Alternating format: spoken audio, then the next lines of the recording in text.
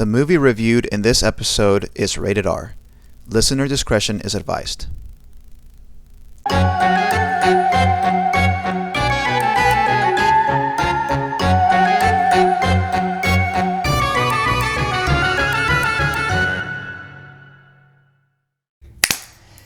Good evening, everyone. Welcome to the Scary Movie Nights podcast, a bi-weekly podcast where the scares are real, but the friendships are realer.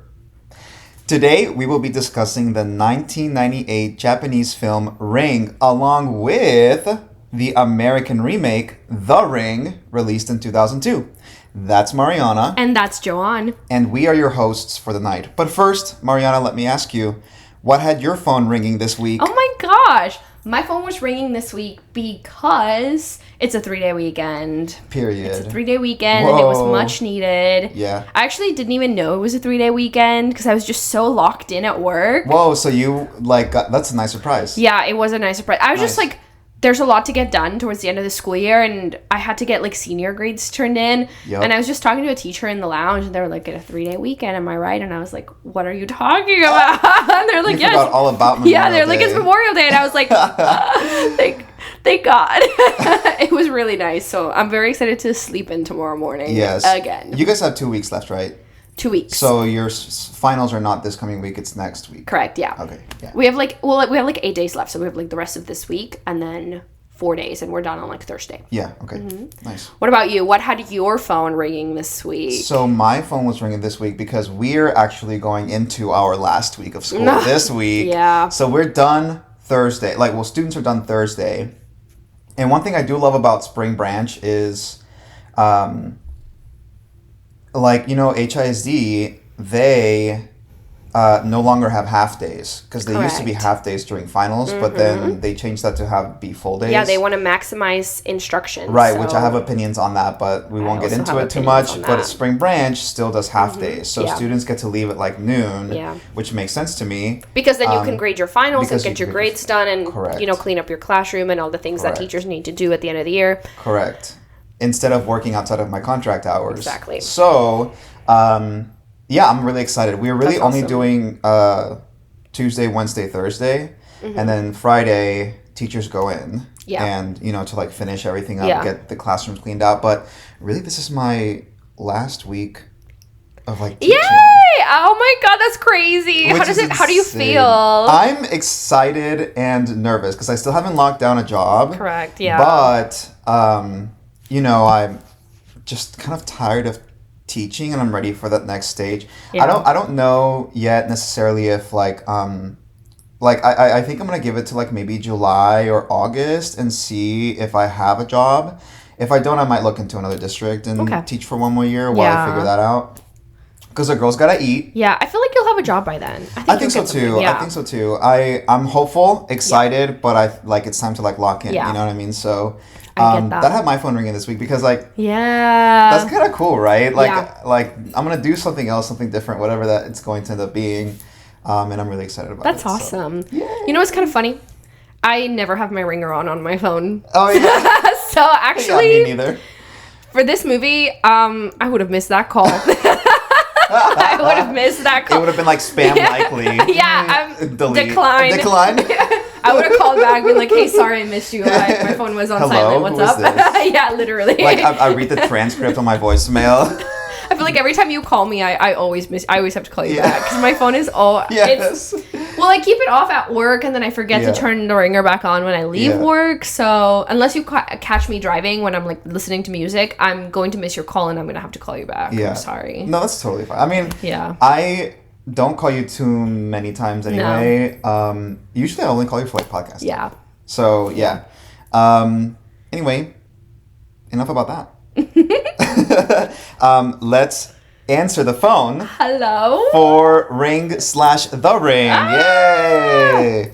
All right, so first we have our no spoiler section. So if you haven't watched these movies... Okay, now wait. Before we get too much into it, this episode is going to be about both movies, to clarify. Combo, 2 for It's a combo, 1. yeah, exactly. BOGO. Sorry, I have to get those all out of my system.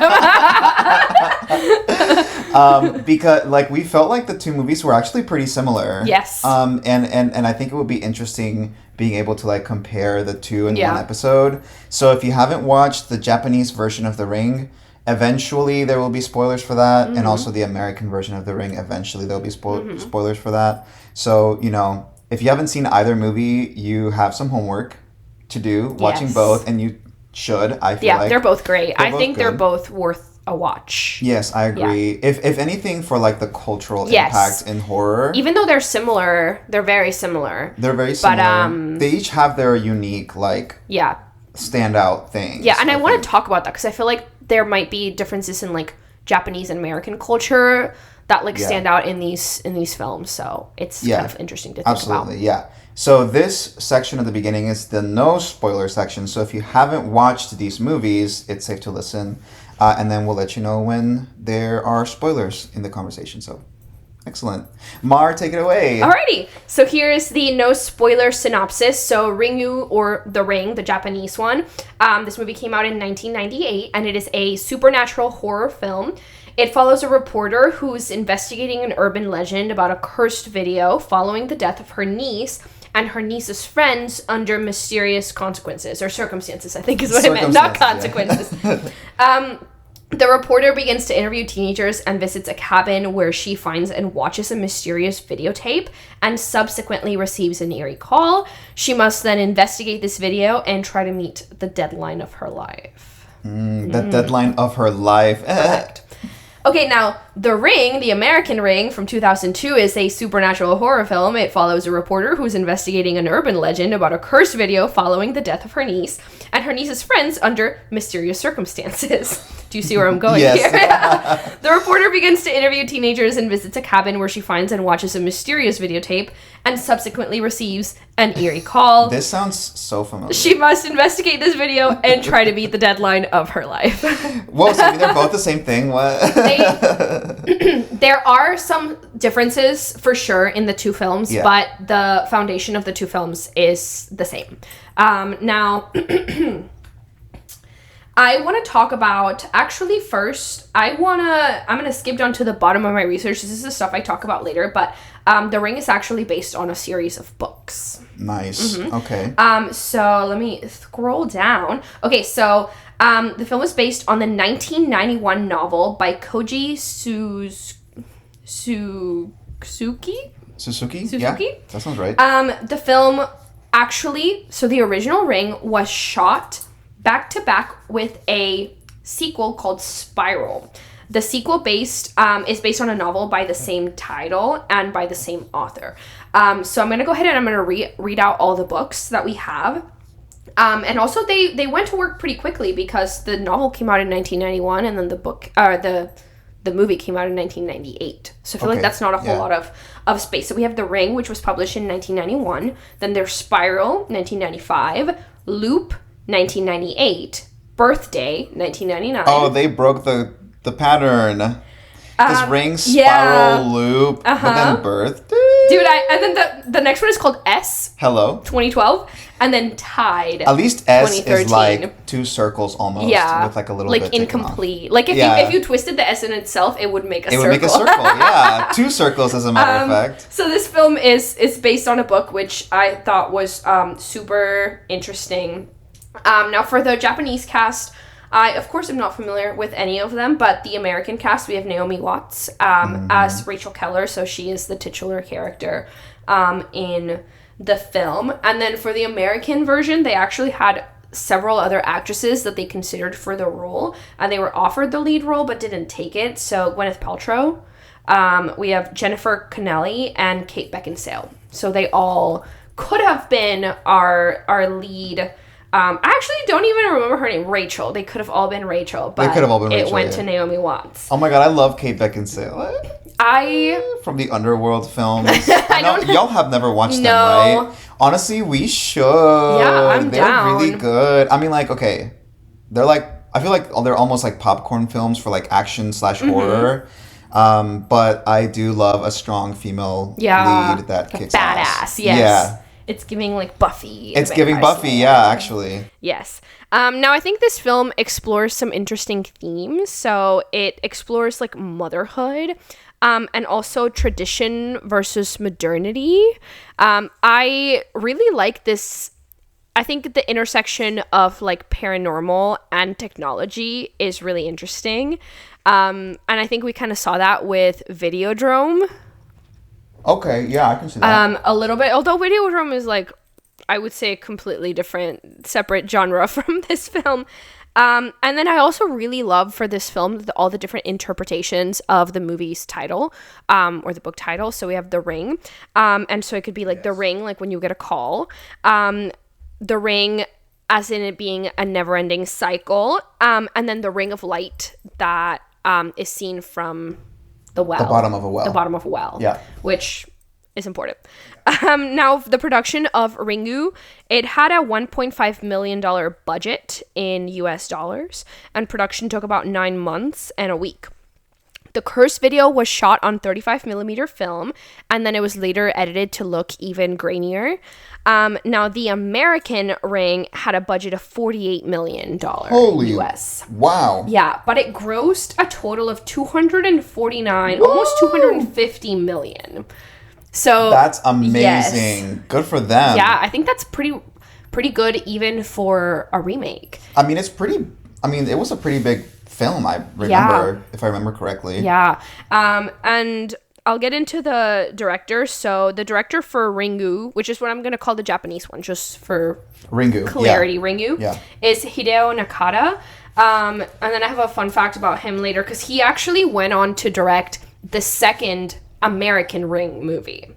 Because there are so many of these films. There's a bunch of different iterations, and I'll talk about all of them because I have them all. There's several Japanese ones. There's one Korean version. There's, I think, 2 American, maybe 3. I think there might be a short film.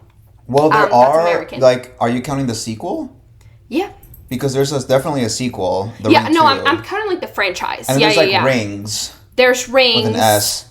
And then I think there might be like the Ring remake. There's a bunch. Which honestly, I haven't seen any of these other ones. Me neither. Which sucks. I'm like, I actually really love The Ring. The Ring, we should. The Ring 2, it's the sequel, so the next book, Spiral. And then Rings, I think that one is, I think I have it written down later on my research, because I actually wrote a little excerpt about all the different ones and like how they tie together. Now for the American Ring, it was directed by Gore Verbinski, and the screenplay was by Aaron Kruger, and the score for this movie was by Hans Zimmer. That's crazy. Which is insane. I need to pay attention more then to the soundtrack. Yeah, I mean, this man most recently, like, he did the Dune soundtrack, but he did Gladiator, Black Hawk Down, Hannibal, The Last Samurai, Madagascar, The Da Vinci Code, The Simpsons movie, Kung Fu Panda. So I think it's kind of funny when these movies that you don't really expect to have these like crazy, like, you know, composers have these crazy composers. Now the screenplay for Ringu was written by Hiroshi Takahashi, and he made a couple changes for the screenplay that were in the book. So in the book, the protagonist's gender he's actually male. So they changed it from male to female. Yes, feminism. They also changed the marital status. So the original, in the book, he's married. Our reporter is married, whereas in the movie we have a female reporter and she's divorced. And then they also changed the child's gender and name. So they switched it from a dad and daughter to a mom and son. And instead of them being like a family unit, they're divorced. Okay, now I do want to talk about the novel versus the film. I can understand too, like, why the novel would have a father-daughter, because that dynamic plays into Samara and Sadako and their backstory as well, and so there's like this parallel of father-daughter. Yeah. So that would be actually very interesting to explore, like, from the original books. I wonder why that decision was made originally, and then I wonder why it was kept in the American version. Probably they wanted to stay true to the original film. Yeah. I don't know. Yeah, I think so. Okay, now for the novel versus the film, the gender and marital status of the main character, as previously stated, that was changed. So we have Asakawa, who's a male reporter, and he's investigating his niece's death. So far, same thing. And I'm going to stop at some point here because it might get spoilery. He goes to a lodge and watches a video, but the video actually ends with a text warning that says you have a week to live. And then the following part of the video explains how you can avoid dying, but it was taped over by an advertisement.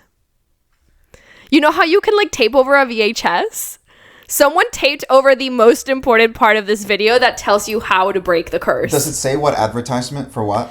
It does not say. Not that it matters necessarily. No, it would be a Japanese one, I would assume, but yeah. It's just but that is so symbolic.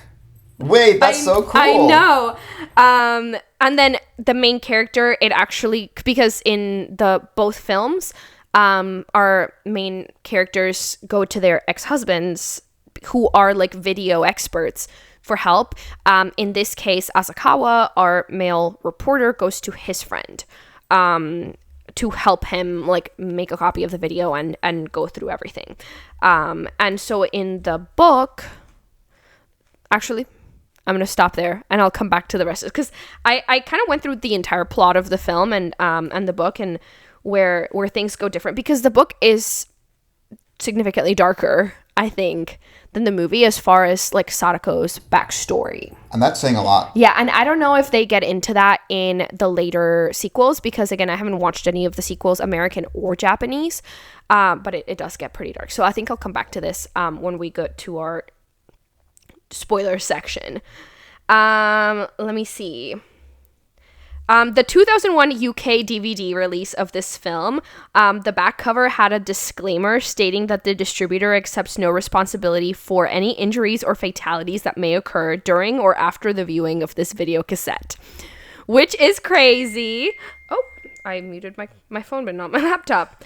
And then, like I mentioned earlier, Hideo Nakata, so he directed the original Ring film, which actually is not the first time that this was adapted for the screen. So I'll talk more about that. There was a TV show that was made before the film.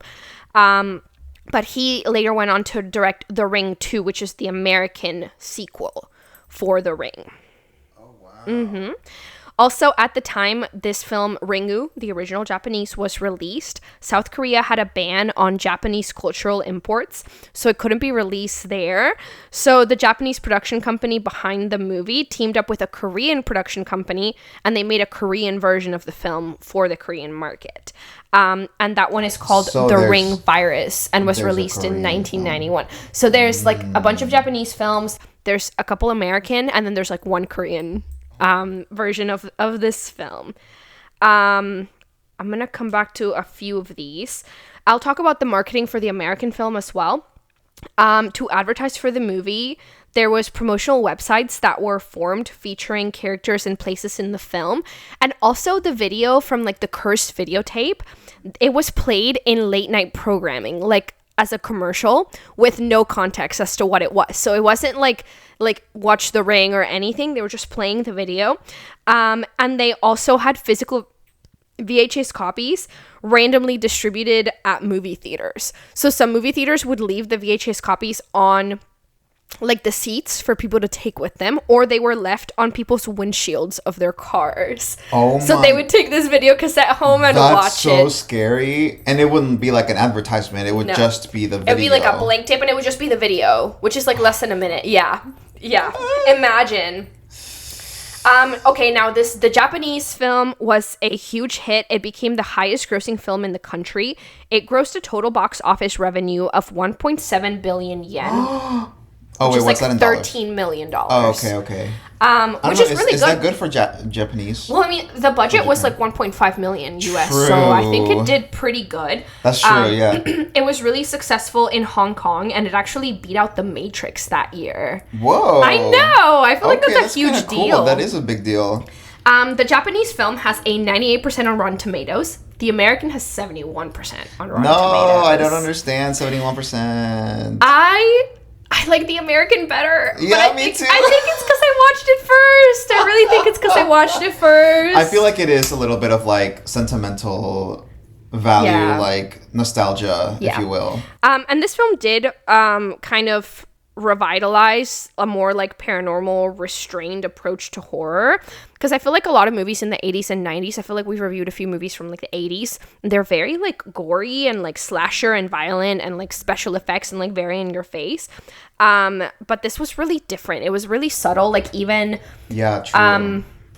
I think I'll talk about it more in the spoiler section, but I really love the practical effects in the American one. Me too. It's part of what made this movie so scary for me growing up. Yes. Okay, let me talk about the franchise here. Okay. So bear with me. Okay, so I talked about the novel. So there are 6. So Ring, Spiral, Loop, Birthday, S, and Tide. Is that 6? I didn't count right if you're watching.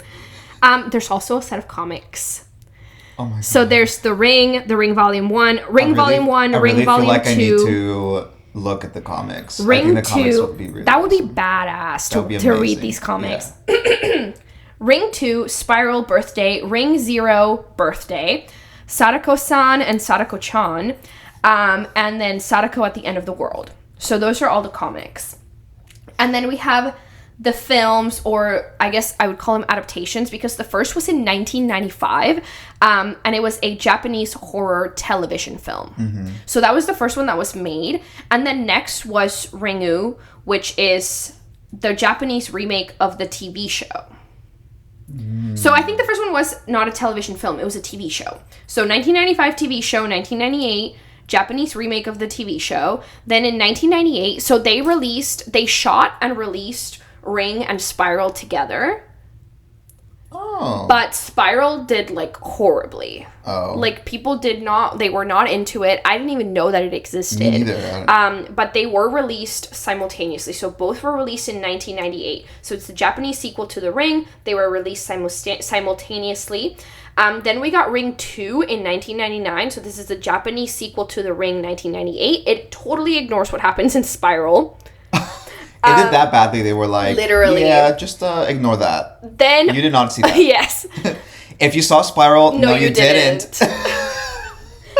Okay, then in 1999, The Ring Virus, which is the Korean remake, that was released because they couldn't show the Japanese one.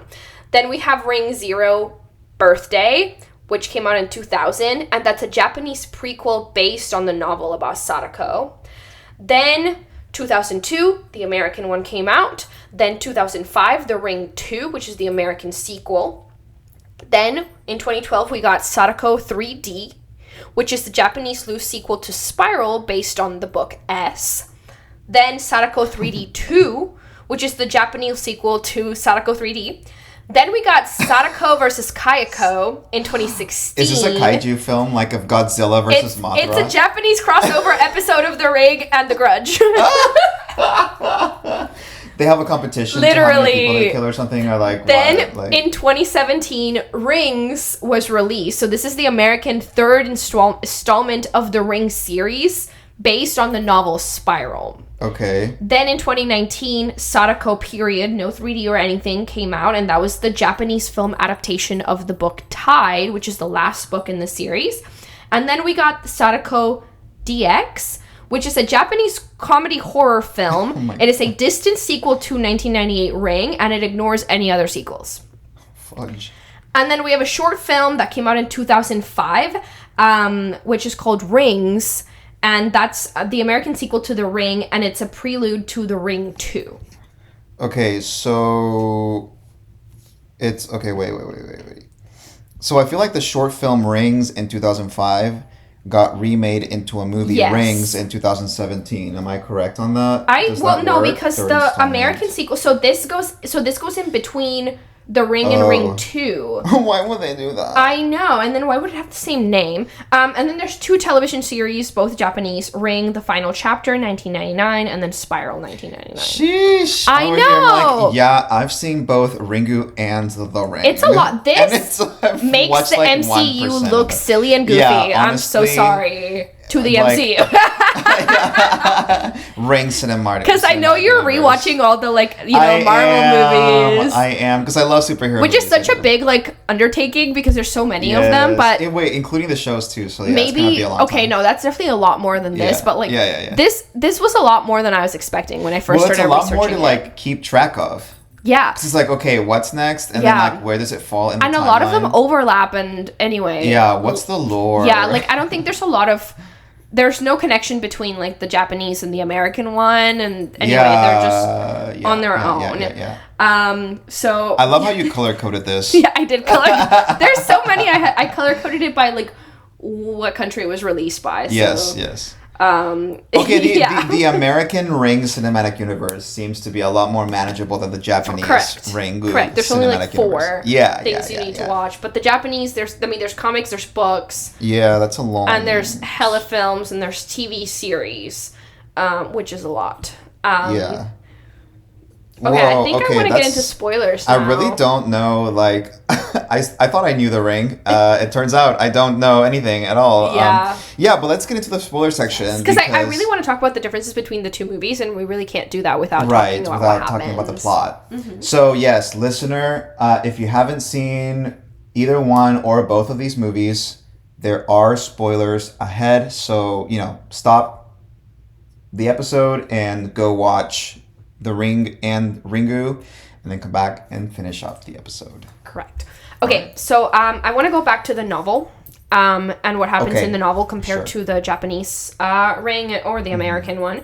Okay, so, our main character, Asakawa, the reporter, he watches the video, he, sees the weird sign that says, you're going to die in 7 days, and he goes to his friend. And when this all happens, his wife and his baby daughter, his wife puts the video on out of curiosity. So both his wife and daughter have watched the video, upping the stakes. Now, Asakawa and his friend investigate and find a record of a young woman, Sadako, with powers, and they kind of put together this timeline, and they make their way back to the lodge where his niece, who died, and her friends originally watched the tape, and they find the tape. And they find that the lodge, where it was built, it used to be a tuberculosis sanatorium where Sadako's father lived at the end of his life. And they talked to one of the people who used to be a doctor there, and he admits to being infatuated with Sadako, and he rapes her in this cabin, infects her with smallpox, and learns that she was intersex. But he claims that he was guided by something to do this, and it's kind of implied that it was because of Sadako's psychic powers, she made him do it. Then he chokes her and throws her down the well, which is underneath the lodge. So her father is not the one who does that? No, it's this doctor. And then the characters, so, Asakawa and his friend Ryuji, they guess that she wants to be freed, so they do go into the well and return the body actually to a distant family member. And then Asakawa survives, but Ryuji dies, just like in the films. And he figures out that the curse is like a paranormal virus created by Sadako's psychic powers and the smallpox combined. And the goal is to replicate and infect. Oh. I know, right? So it's not that she's evil, because in the movies she's evil and she does this, right? I don't know if she is. This is a pretty loose interpretation of what I could read from the first book, but there's 6 or 5 other books, so or maybe in the book she led him to do that because she wanted the virus to infect, and so maybe she is evil. Because in the movies she's they point blank oh yeah, she wants evil. To kill people. She wants to kill. Yeah. Okay, so he figures out that the virus is a paranormal virus. Oh wait, I already read that part. Okay, he figures out that so his friend Ryuji dies, so he figures out that he survived because he made a copy and showed it to someone. So he drives home at the end of the book and he gets his wife and child to make copies and then shows those copies to other people in order to save his family, but it dooms other people and essentially releases a paranormal pandemic. Okay, so here's a philosophical question for you. Okay, trolley problem. Do you think... so literally, Do you think what he did is like ethical? Like, is it good or is okay? It's not good. But okay, what would you do? Because I think that this is what I would do. Like, if it's my wife, if it's my husband and my child, I think ultimately. No, yeah. It might be what I would. I feel like if eventually everybody did this and everybody made a copy and showed it to someone else, then everybody would become immune, like a vaccine, you know? No, actually, yeah. So like, let's follow this trolley problem thing to like its logical end. Okay, let's so, get like, on this trolley. Let's say everyone like makes a copy, shows it to someone else. Correct. So like, at some point, does the virus evolve? Does the virus evolve, or is everyone just immune to it? Yeah. Because, okay, so would she know? It's like, oh. And what about that last person that has to make a copy and show it to someone else? Or would it just, or if you watch, once you're immune, if you watch it again, are you still immune? Yeah. You have to be, right? Because like, they keep watching it. She watches it again. Yeah. Right? She does watch it several times. Right. So then you're immune to it. Once you make a copy, show it to somebody else, you can watch it as many times as you want. Yeah. But what about that last person? They have no one else new to show it to, so would that person die? Interesting. Just every time a baby is born, they like show the baby the video. And then they have the baby make a video. Oh, true. What about the babies? Yeah. Would babies die? Would she kill a baby? Isn't Would that she crazy? show up? There are lots of questions. Yes. There are more questions than answers. For sure. Interesting. Interesting. Okay, keep going. Okay. That's it. I think that was the end. That's how the first book ends, and I don't really know what happens in the following books. Oh, I did have some additional things that I did not get to. So Sadako was played by Kabuki theater actress Ri Ino. And to achieve the jerky movements, she was shot walking backwards, and then the film was reversed, giving Sadako her trademark freaky walk, which I love, a freaky walk. Okay. Love the freaky walk.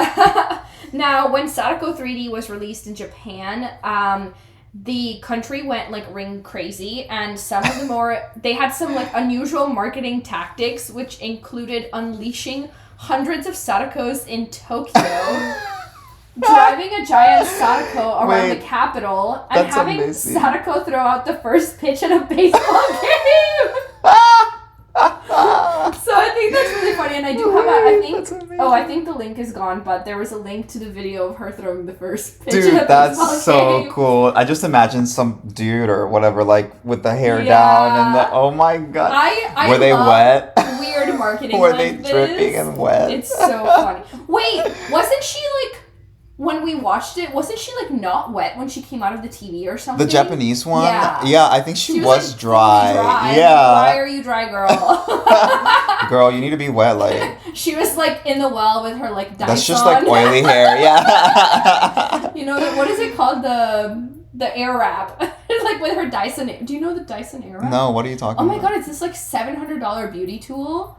You don't know this? For what? Oh my god, so it has a bunch of different attachments, so you can use it to like, blow dry your hair, but you can also, it has this thing where it like curls your hair, where it spins your hair around the barrel with heat to curl it. You don't know the Dyson I have absolutely air wrap? no idea what this is. Too. Dyson Air. I'm gonna Google it. Look it up right now. I think Dyson it's also funny, like these companies that do like two pretty different things, like how we have like Dyson like vacuums, but then there's Dyson hair products, and there's like fans, or like how Michelin makes tires, but they also rate and review restaurants.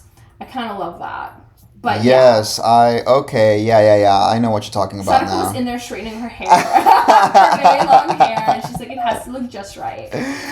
Oh my gosh! So what did you think about the movie then? I liked it. Okay. Wait, we're talking about the Ringu. Yeah. Yeah. Ringu. Japanese version, Ringu. Yeah. I liked it.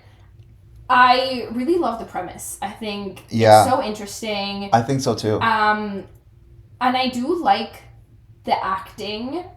Yes. But like I said earlier, I do think I like the American better. Yeah. Better, and I think it's because of the practical effects that they used for the bodies. Yes. Like I remember the first time I watched this movie, I was like young, like maybe 13. Yeah. And I remember being extremely freaked out, especially like at the very beginning of the film, because both films start pretty similarly. It's like two girlfriends and they're like hanging out and they're like, oh my god, have you heard about this crazy video? Yeah. And one of them's like, I kind of watched it. Oh my god, you were with Brad all weekend? Yeah, and then you know, one of them obviously watched the video 7 days ago and dies. And in the Japanese one, it's just this like crazy shot that it's not super scary. Like they don't really do anything to the body. It's just I think they put like a filter over the screen and they have like a loud sound and it is a little bit like whoa. But the American one, they actually have like these really cool practical effects where I think it's like I don't know that it's a their body faces double. are like twisted their faces are like and like twisted green up and like up. decayed and stuff, It's right? Scary. It's and so scary and like the way it moves, like the head just falls off the Yes. body and No, it's so no, scary. actually that image. Okay, so like when in the American version, where the mom finds her girl in the closet Yes. dead, that So scary. image Yes. haunted me for years. And the way they did it too, because it's like a really fast shot to that, and then it goes away pretty quickly too. Yes, so it like haunts. yes. It like burns the image into your brain. Yeah. To where it's like, from now on, you like when you close your eyes, you see that image. Yeah, No, it was so freaky. good. It was freaky for sure. It was so good. I do also think like the Japanese one was kind of more mellow. Yeah. It wasn't as scary. It was something like eerie, and it had like a really cool like vibe of like something's wrong, and it felt like it felt eerie, but it wasn't like scary. Like I don't think I was super spooked by it. I think that's like the best way to describe it. It was eerie. Yeah. Yeah, it definitely had an eerie, plot. It had like this atmospheric, like eeriness about it. Really, yeah. And you can like feel some of that '90s horror in that eeriness. But yeah, I agree with you. I like the American version better because I feel like it's just a higher budget. You know what I mean? Like it felt more polished. It could be that we're American. It could be that we're American, and so like everything. All of my opinions obviously are like tinted through that perspective, right? Yeah, I think I can recognize the importance of Ringu. Yeah. Like culturally, because obviously, like you see so many references in like modern day horror just from that, and I think it's a very important film in that it explores all these themes of like technology and like are we really all so engrossed in the technology and the television that we watch that we find this idea of like a VHS tape terrifying. Yeah, and for me, because it's so ubiquitous. For me, television has always been like a very comforting thing. Like you know, like how kids have phones today, and moms are like, "It's the phone, it's the phone." When I was growing up, like my mom was always like, "It's because you're watching too much TV. You're watching too much TV." Like that was the thing for me. Like I loved watching TV. So seeing this movie and seeing like Samara, like in the American version, coming out of the television, like it was so freaky. It was so freaky. It's so good. And I remember, so I was in school when I first watched this movie, and I was in school like in Colombia. Maybe I hadn't even watched the movie, but like girls would talk about this movie at school, and there was this like our school was like a huge like campus, and it was very like open air, like. There's no stories, like everything was like on the first floor, but there was like several buildings, and we had like, honestly, we had recess, like we had a break in the morning for like 45 minutes, and then we had an hour lunch. Whoa. And we would roam the whole campus, like we would go outside, and everyone would, there was like a basketball area, and there was like a huge football field, and there was like, there's just a bunch of places to like hang out, and so we would all just hang out around campus, and there's this one place where it was, I mean, I'm sure it was just, like, a maintenance closet, but we, like, everyone would say that, like, Samara from The Ring was in the maintenance closet, and we would go, and we would, like, dare each other to go up to the door and, like, and listen to the door, And we would like freak ourselves out because like obviously like nothing was there. Like, right. But it was so like I just really, really remember this and being so freaked out of like, oh my god, there's a well in there and she's coming out of it. Super weird. But Wait, I love that though. It's like you have the microcosms of the urban legends, you know, where it's like this is not like a widespread thing, but it's like your school's lore. Yeah. I love that. I mean, it was totally made up. No, of course, but it's really cool like that. Yeah. And I think about it to this day. Yeah. Of how silly that was, but at the same time, I think of it like fondly. I'm like, that's so funny and like silly, and like that I, was freaked out by those things, and that was back when I didn't really love scary movies. I think it was like a couple more years until I came to like appreciate horror. Because I remember watching, not soon after this, like around this same time, I remember watching, Guillermo del Toro's, oh my god, the one with the monster that goes like Pan's Labyrinth. Yes. So good. That movie we should review that movie. traumatized me. Yes, it's very good. I actually have not seen it since. Wow. Because it like messed Scary. me up. We watched it a sleepover, and I slept with my mom for like a week or two. Like I could not. Yeah. It was the monster, like that particular monster is just so scary. Yeah. Like because honestly, like in retrospect, I think the film is not that scary, but it's just the monsters in the film make it really scary for a 8-year-old Mar. Yes. So I think if I watch that movie now, I might not be like, oh my like God, you this is related, so scary. you related with the protagonist, I think, a lot. Yes, Yeah, she was a child. She was a child. Yeah, she was a baby. I think there's like a lot of other things that were happening because that movie is like World War II, right? Like. Yes, I think it was with Nazis and stuff like exactly. that. Yeah, and that completely went over my head. I was like, that monster is creepy. Yeah. Well, it was like the Spanish. No, wait, it was like the Spanish. It was in Spain or was it in Italy? I can't remember. I forget, honestly. I've not seen such. Yeah, I have not seen that movie in a while. I want to. I do want to see it, but let's talk about the merging of technology with the supernatural. Mm-hmm. Okay, so I actually really enjoyed this like polymerization for those of Yu-Gi-Oh nerds. Hire him. I know words. I can do words.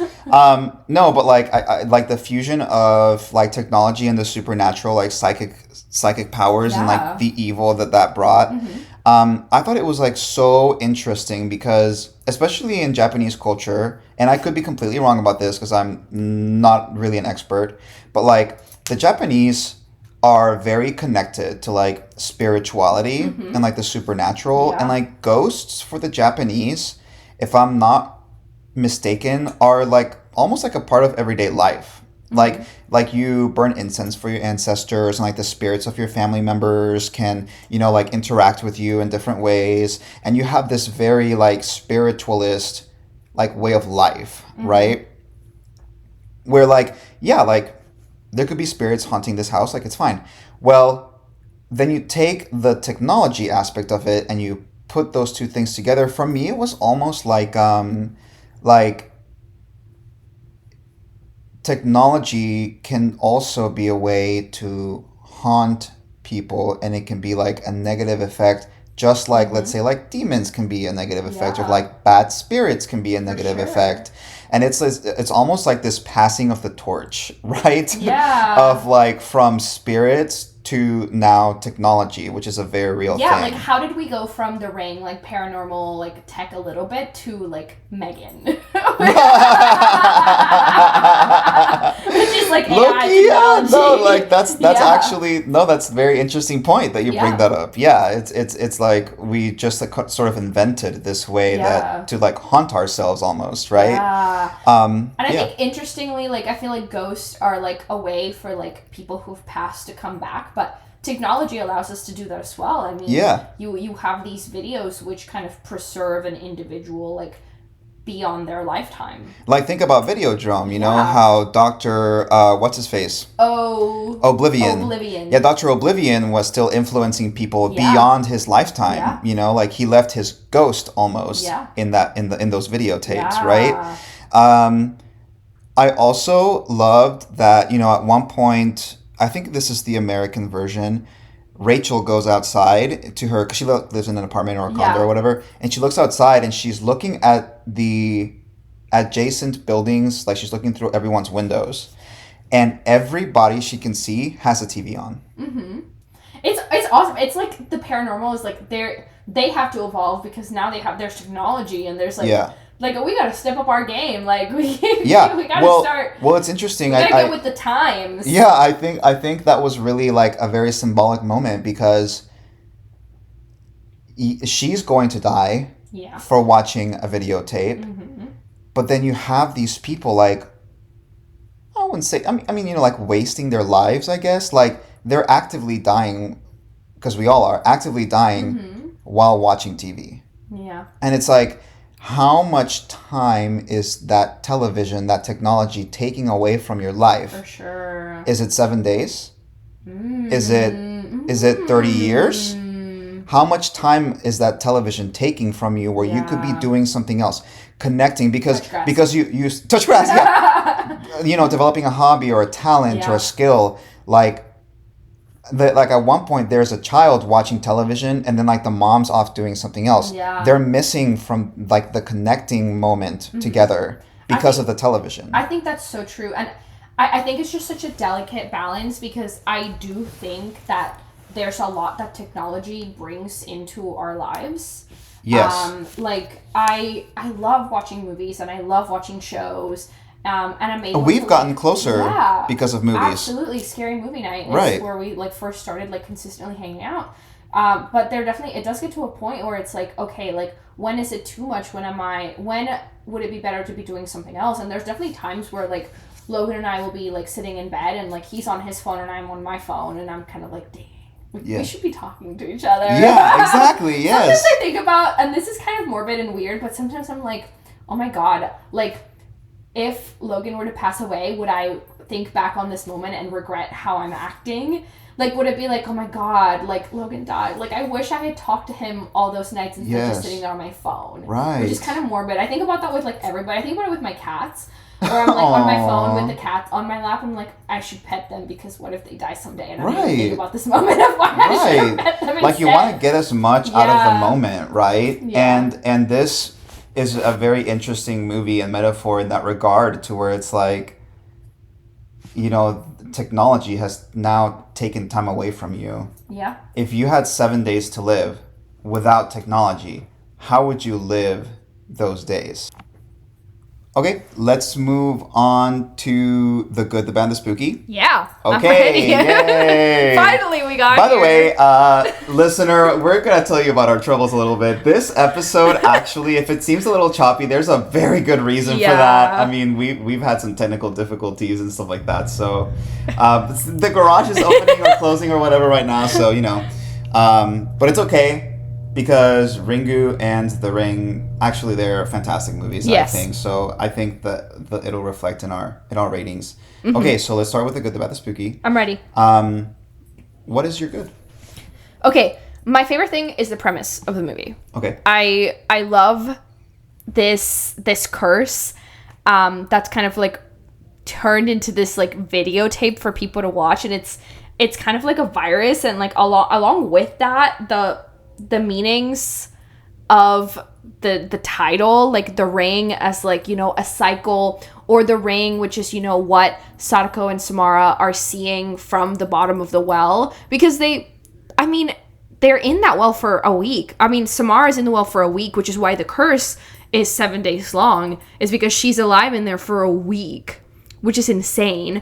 And then Sadako, I don't think they ever reference that in the Japanese film, but I would assume it's something similar. So I love that. I honestly, like, I hadn't really thought about all the different meanings until I started researching for it, and then I was like, whoa, there's layers to it. So I thought that was so cool. Also just the logistics, like how does a ghost like create a VHS film? Because like for Samara, like one of her whole like power things is that she can like, you know, kind of project things into other people's minds. And so that makes a lot of sense that she would be able to like project that into some sort of like video. So I thought that was just so fun. I also love the American version, the practical effects Yes. of the death, the dead people. I thought it was so cool and so scary. And I also think the viral nature of the curse is so interesting. Yeah. Especially knowing like that Samara was like Sadako was infected with smallpox, which obviously is a virus. So I think that was really interesting because, a virus's whole, whole goal is to replicate, and that is what this curse is doing. It's like you're making copies, literally. That's what viruses do. They go into like a host and they copy themselves. And that's how this curse works. I also think it's so interesting, like the franchise as a whole. There's so many, and I really want to watch. It's definitely a cultural moment, right? Yes, like, I want to watch Sadako 3D, like in 3D. Like I need to see. I just think it'd be so funny, and I also like really want to watch The Grudge because I've never seen it. But I've never seen The Grudge either. That one's kind of like along the same vein. Yeah. And then we can watch Sadako versus The Grudge. Yeah. I forgot what The Grudge's name is. Okay, what is your good? A lot of the same, actually. Like I said, the premise. Yes. Like I think the premise is super interesting. How like the supernatural merges with tech. It's like two worlds coming together, and I really do feel like it's almost like a passing of the torch. Like there used to be like curses and spirits and all this other stuff, but now like here's the technology is now our curse. Yeah, and the technology is like a direct like vector of correct. the curse. Right. Because we just have like before you had cursed objects, now you have cursed technology and images, which is it's scarier if you think about it because we're so dependent and it's so ubiquitous in all of our lives. Yeah, it's like it feels like an evolution of horror because you have movies like Scream where you also get a phone call, like the killer calls you and stuff, but this is completely it's different. It's a different like evolution of it. I also loved all of the well scenes in Ringu, the original Japanese. Yeah. There was such a feeling of like desperation, like when they're trying clawing and her nails. Yeah, the clawing and her nails, and when she like finds the little girl and then she peels back her freaking skin. Oh, it's gross. Oh my god, that was awesome. It's a great movie for what it really established and because without that movie there wouldn't have been the American version too, which again, I actually prefer the American version myself. Maybe it's a little bit of nostalgia, but I just feel like it had more budget to do more things better. Yeah, I love, like, there's a bunch of really cool shots, like the shots of the horses drowning. Yes. Like, that's crazy. Right, it was crazy. Also, the lighthouse is so cool and creepy, and why are their lighthouses so creepy? I think lighthouses are creepy. Question. I don't really know. Yeah. Lighthouses can be creepy, I think maybe because they're not really a place to gather. They're more like isolated places. They feel so like... They're like liminal. Yes. They like exist in between. It's... Yes. Because do lighthouses even serve a purpose anymore now that we have like other technology? No, probably not. Interesting. Yeah, and we should watch The Lighthouse by Robert Eggers. We should absolutely. It's actually a really good film. I know, and I mean it's Eggers, so I'm sure it's good. Honestly, yeah. I also want to watch The Northman because I also haven't seen that one. Oh, we need to watch The Northman. It's got hot people in it, doesn't it? I love The Northman. I love The Northman. It's such a great film. The sound design also I loved for the American version of The Ring. Zimmer. The sound design haunted me for years. Like when I rewatched it recently, it was like back in time with the music because it was just like, whoa, I remember this haunting me for weeks after I watched it. You know what other detail I love about these movies? What? About how like once you are cursed, if you take a picture, your photo is like blurry. Yes. That detail, it's kind of small. It doesn't really add that much to the movie as a whole, but it is spooky. Creepy. Yeah. Because it's spooky. Like you're like we regard our own image, like oh, that's me, but then like you're almost unrecognizable. It's like you're being erased or transformed without your consent, and that is very unsettling. What's your bad? Okay. My bad. I think maybe like this was something that the movie was trying to do, but I don't love the family dynamic in the films. I just feel like the mother and son, it's the Japanese one especially, like that little boy is super self-sufficient. Yeah. And he does a bunch of stuff by himself, and she's like at work calling him being like, hey, I'm gonna be late to work. And he's like 7 years old, like, He's like, okay, I've Mom, already made I'll my have dinner 3-course ready. meal. Yeah, literally. Sorry. So that was just like a little bit strange. And then in the American one, it also is like a little bit weird, but I mean the sons also have these sort of like psychic abilities, so the sons are a little bit weird in and of themselves. Also, in the Japanese version, why was she the one hauling all that water up the well? Like, the man goes into the well. She goes in at the end, and he's like, hey, we should trade. I'm like, you should have traded forever ago, and she's the one that goes down, but she's like hauling all this water with buckets, and like that's so heavy. That's so heavy. Also, I can't believe they freaking did that. I'm like, how is that sensical? Like, why don't you just look? Are you gonna drain the water out of the well? That's crazy. Yeah, I agree. Because no, they could stand in it. Yes. I think, right? Like it wasn't. There's not that much space in the well. like you literally are standing on her. Like just fucking go in there. And this doesn't come up at all in the American, so I'm glad that they changed that. Yeah, because in the American one, she just kind of like searches in there. But you know, I think there's part of like, I think it's a little symbolic too of like, it's almost, like, what word? I'm searching for the word. There's no point in what they're doing. It's all.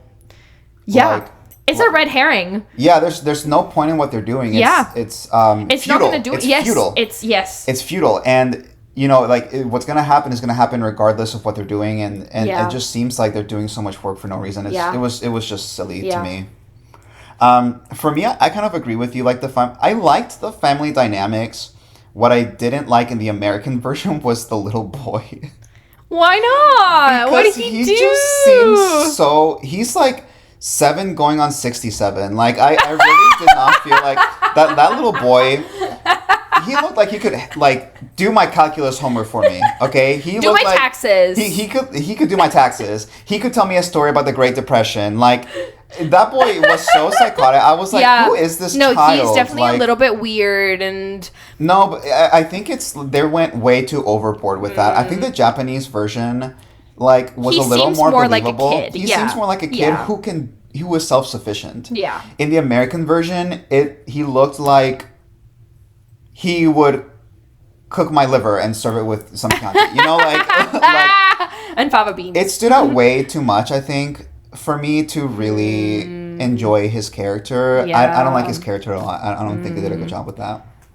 Other than that, though, like, there's not much that's really that bad. Yeah, I don't know. I feel like with the American one, it feels like their relationship is so weird. Like, it doesn't read like mother and son. It's giving I don't toxic know. relationship. It's not even that. The mom and the son. Yeah, they just don't seem that close. Like, I don't know. They don't. That's what I'm saying. Like, I think it's the little boy. Like, the little boy just seems like way too.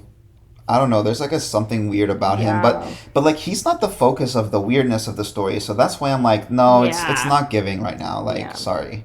So I wish they would have written him a little better in the American version. Yeah. What's your spooky? Okay. Sadako's hands. Hello. Without the nails? Without the nails, which and you know that she doesn't have nails because she was trying to crawl out of this well. Well, you see like the nails in the well. Ugh. It's so creepy. Also, the video itself. Both videos, they're different in both movies, but both are so weird and so eerie and off-putting, which I loved. Her coming out of the well, like the scenes where she comes out of the TV, and then the practical effects of like the bodies, like it just freaked out. And then the whole movie is so eerie. It was like, you know, it was shot in film, actually. I don't know if I mentioned that, but the American was shot with film. Okay. Yeah, and they didn't do like regular, I mean, I'm sure they did some color correction after the fact, you know, in post, but they actually put like filters over the camera to make the movie look sort of like green. Yeah. I could tell. I was like, this is such a green movie. And it also takes place in Seattle, and I'm like, so does Twilight, and Twilight also, the first Twilight movie, it has like this crazy like bluish filter on it, which I love. So I really, it was just so eerie. The Japanese one was so eerie, but yeah, it didn't scare me like the American one scared me for sure. Yeah. And this is one of those movies that I watched young, and now it'll forever like just have an impact on me and my how I perceive horror. What about you? What's your spooky? For me, first of all, I'm going to start with Samara coming out of the TV. That was so creepy. Because, like, I remember it differently that she would come out of the TV more often, but, like, rewatching it, she really only did that once at the end in both movies. And when you finally get that shot of her coming out, you're like, oh my God, it just becomes that much more real. Yeah, and it does look a little bit better in the American one just because it came out later, higher budget. Yeah. It's a little bit kind of more smoother, believable. Smoother, more believable. For sure. Also, in the Japanese one, whenever you see like Sadako's like eye, that was creepy. Yeah, that's actually not even the girl who plays Sadako. It's some random assistant. Like they just put some guy in there, and then they just shot his eye like that. But it's meant to give you this like uneasy feeling of like unsettled, like that doesn't quite match, and it's spooky. I also loved the fact that some people are just born evil to do evil things, and B, that evil is like inevitable. Some evil is just inevitable. You can dig some body out of a well, give it a proper burial, live your life the best way you can, whatever you want to do, like work for your families, try to save your family, with all of the goodness in your heart, but there will be some evil that is inevitable, and it will take place no matter what you do. And that is like really spooky to me. Obviously here you know that like you should make a copy and show it to someone else. It feels so hopeless. It's a very much like a hopeless feeling here. Absolutely.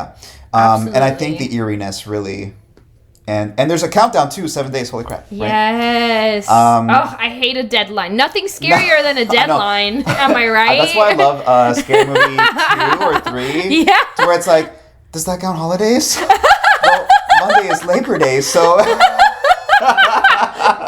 Are these business day we're talking about? The weekends. Me trying to get out of a deadline. So what would you rate this movie, Mar? Let's rate this movie in the number of buckets you'd haul out of the cursed well before doing the reasonable thing and searching the water. Oh my God.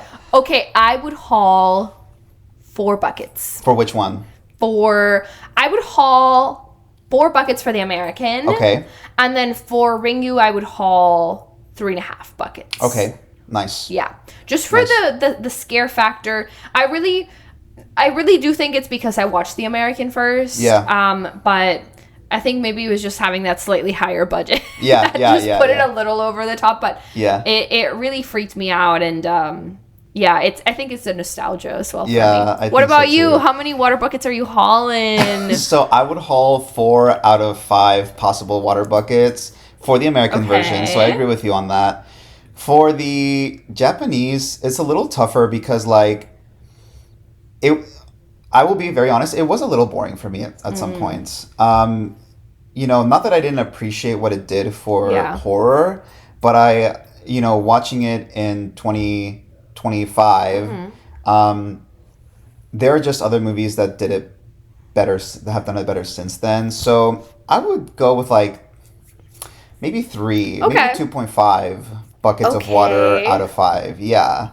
I'm really teetering on that line myself. I think we also are coming in, obviously we're in America, we live in America, and we consume a lot of American media. Yeah. And so I think that definitely, we're probably biased. Yes, correct. Now, I don't disagree with, the 90-something% on Rotten Tomatoes. I understand why critics would look at this movie and say, hey, this is really great. I think personally, it just hit differently. Yeah. And I think both things are valid. Yeah. And if the American one didn't exist and we had just watched Ringu, we might feel different as well. Yeah. Yeah. Just because of the premise is just so cool. No, the premise is really cool. Yeah. I will give it that. It's just so cool. It's really cool. Yeah. And I actually think it's really well acted too. Yeah. So maybe the 3 out of 5. Okay. Yeah. Talked you up. Yeah, you talked me up. Now let's see if Letterboxd agrees with our ratings. In this section, we read memorable Letterboxd reviews that are interesting, especially insightful, or downright hilarious. You want to start us off, Mar? I'll start. So this is Leticia Fernandez. I can't believe they tried to empty the well. I Girl, mean, yeah. and eventually they did stop because it's like, I'm tired and the sun's coming down. Her hands must have been just oh my destroyed. God, pruny as heck. Destroyed. No, like her like hauling up the bucket. Yes. And I'm sure his hands were pruny as heck. Yeah. Oh my God, and then when they finally pull her out and like that was so spooky. good. That was really so good. This one's by what? Rhesus. Oh, Rhesus like negative. Blood type. Cool. Okay, so his name's probably Reese or something. Yeah. I would have just walked out the front door when the she came out of TV. I mean, True. really. I'd be like, oh, yeah, this is not happening. Yeah. Bye. Okay, this is Blue Ghosts by Blue Ghosts. Sadako is so tall and motivated, she would kill it as a lesbian. Oh my God. Work, Sadako. This one's by Liam. If it was me, I probably would have logged it on Letterboxd. Okay, how many Cursed buckets of water tape. would you rate the cursed tape? How many buckets of water? Honestly, 5 out of 5. Yeah, Sadako nailed it was that so shit. scary. That was so good. They were both so creepy. Both American version and the Japanese version. Legit. Those were so good. Like, honestly, we need short film. Let's send this Short to film, Sundance. yeah. Okay, this is by David Sims. A movie made to frighten a generation that left their kids in front of the TV to entertain them. Yeah. I love that. Yeah. Yeah, that's what we talked about, you know, Yeah. like spending so much time in front of the Yeah. technology. How much time has technology taken from you? More than 7 days for More than sure. 7 days. Yep. All right. This one's by Kim. That scene where Rachel gets body slammed by a 2002 TV and fucking catapulted into the well is so fucking funny. I'm sorry, but it gets me every time.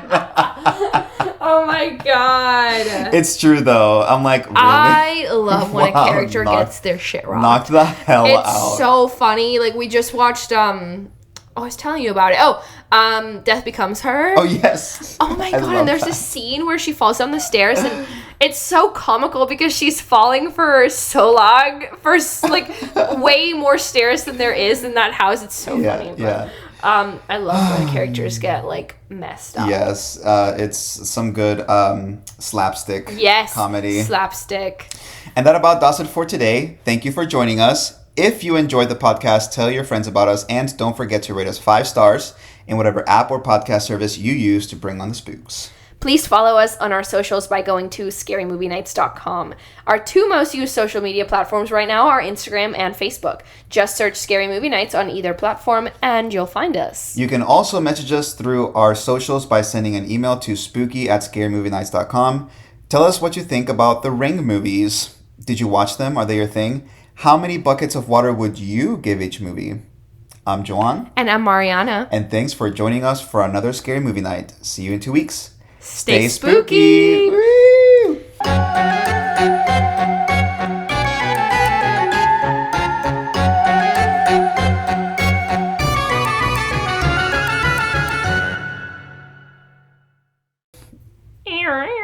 Okay, I think next time we'll have less tech issues. Yeah. I mean, this is the first time. I'm manifesting that. Yeah, you're right. Yeah.